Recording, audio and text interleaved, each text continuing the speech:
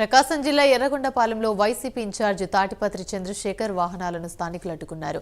వారం రోజులుగా నీటి సమస్య తీర్చాలని ధర్నాలు చేస్తుంటే అధికారులు పట్టించుకోవడం లేదని నిలదీశారు. ఇంతకు ముందు సరఫరా చేస్తున్న ట్యాంకర్లు సైతం నిలిపివేయడంతో ఈ నీటి సమస్య మరింత జటిలమైందని స్థానికులు వాపోయారు.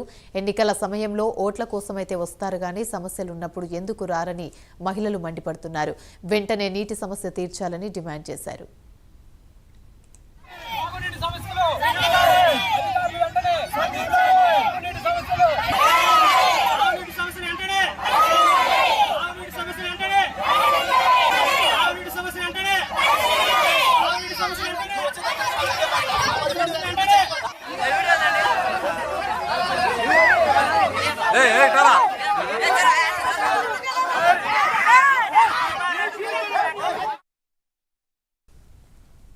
తోడబుట్టిన సొంత చెల్లెలు వైఎస్